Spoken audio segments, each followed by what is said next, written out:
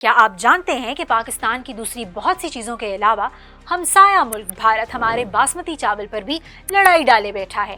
کہتا ہے کہ باسمتی چاول پاکستان کے نہیں بلکہ اس کی پہچان ہے، اس لیے دنیا بھر میں مشہور باسمتی کا حق ملکیت پوری طرح بھارت کو سونپ دیا جائے، یعنی باسمتی کے نام سے دنیا میں کہیں بھی جو بھی چاول بکے وہ بھارت کا باسمتی ہو، اور پاکستان کے اصل باسمتی چاولوں کو بھی باسمتی نہ کہا جائے۔ حد نہیں ہو گئی ویسے؟ اس معاملے میں سب سے اہم سوال یہ ہے کہ باسمتی پر بھارت کا دعویٰ درست ہے یا غلط، اور اگر کسی انٹرنیشنل فورم نے انڈیا کا کلیم ایکسپٹ کر لیا تو پاکستان کا کیا بنے گا؟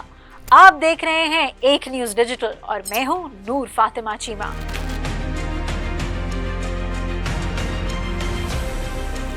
بریانی ہو یا پلاؤ، پرفیکشن باسمتی سے ہی آتی ہے، اور اگر یہی چاول بیچ کر ڈالر بھی آنے لگے تو پھر مزہ اور بھی دوبالا ہو جاتا ہے۔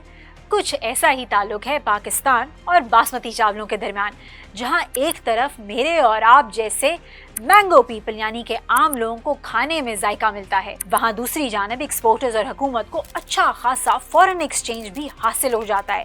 پاکستان کسی شعبے میں آگے جا رہا ہو اور بھارت سکون سے بیٹھا رہے، یہ تو ہو ہی نہیں سکتا۔ ایسا ہی کچھ باسمتی چاولوں کے ساتھ بھی ہوا، جب بڑھتی ہوئی پاکستانی ایکسپورٹس کو دیکھ کر بھارت نے جولائی 2018 میں یورپی یونین کو باسمتی کی پروٹیکٹڈ جغرافیکل انڈیکیشن کی درخواست دے ڈالی اور مطالبہ کیا کہ باسمتی صرف چاولوں کی اس قسم کو کہا جائے جو بھارت میں پیدا ہوتی ہے، یعنی باسمتی چاولوں کو صرف اور صرف انڈیا کا ٹریڈ مارک قرار دیا جائے۔ بھائی سیدھی طرح کہو نا کہ پاکستان کو چاول ایکسپورٹ ہی نہیں کرنے دینے۔ کمال ہے آپ کا، بلکہ زوال ہے آپ کا، حرکت ہی چیپ ہے، تو میں اور کیا کہوں۔ بات کو آگے بڑھاتے ہوئے آپ کو بتاتے ہیں کہ باسمتی 370 کو فادر آف آل باسمتیز کہا جاتا تھا، اور ہسٹری پر نظر ڈالنے سے پتا چلتا ہے کہ 1933 کے سروے میں اس کی شناخت پاکستان کے ضلع حافظ آباد میں پیدا ہونے والے بہترین چاول کے طور پر ہوئی تھی۔ یعنی باسمتی پر اگر حقیقت میں کسی ملک کا حق ہے تو وہ انڈیا نہیں بلکہ پاکستان اور صرف پاکستان ہے۔ ویسے ہمیں اس بحث میں پڑنا تو نہیں چاہیے، لیکن اب انڈیا نے معاملہ شروع کر دیا ہے تو پھر کچھ تو بولنا پڑے گا نا،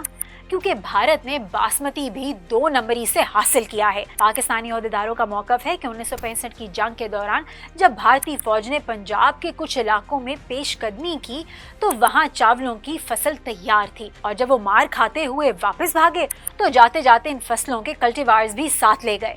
یوں پاکستانی علاقوں میں اگنے والا باسمتی بھی سرحد پار کر گیا، اور آنے والے برسوں میں بھارت نے بھی اس کی کاشت شروع کر دی۔ دنیا میں چاول کو بہت سے ممالک برآمد کرتے ہیں، مگر باسمتی ایکسپورٹ کرنے والے 2 ہی ملک ہیں، ایک پاکستان اور دوسرا انڈیا۔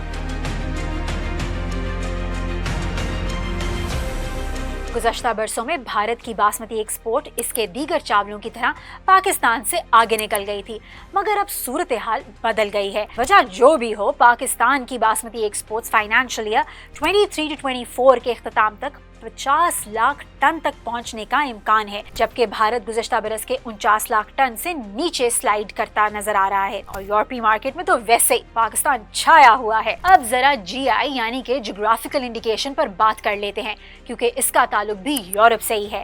اگر بھارت کی یورپی یونین سے باسمتی کا ٹریڈ مارک لینے کی کوششوں پر بات کی جائے تو لاجیکلی اس کا امکان بہت کم ہے، جس کی بنیادی وجہ EU کی پیسٹیسائیڈ سے متعلق سخت پالیسی اور پاکستانی باسمتی کا زیادہ آرگینک ہونا ہے۔ اب انڈیا کی خاطر یورپی یونین اپنی فوڈ سیفٹی پالیسی تو بدلنے والی نہیں ہے، اور ایسا بھی نہیں ہو سکتا کہ ایک ہی سال میں سارے بھارت کا باسمتی پیسٹیسائیڈ سے پاک ہو جائے۔ اس لیے ہمسایوں کو چاہیے کہ خود بھی ذرا چل کرے اور ہمیں بھی کرنے دیں۔ اور ویسے بھی اتنی مناسب قیمت میں پاکستانی باسمتی جیسا شاندار چاول پیدا کرنا انڈیا کے بس میں نہیں ہے۔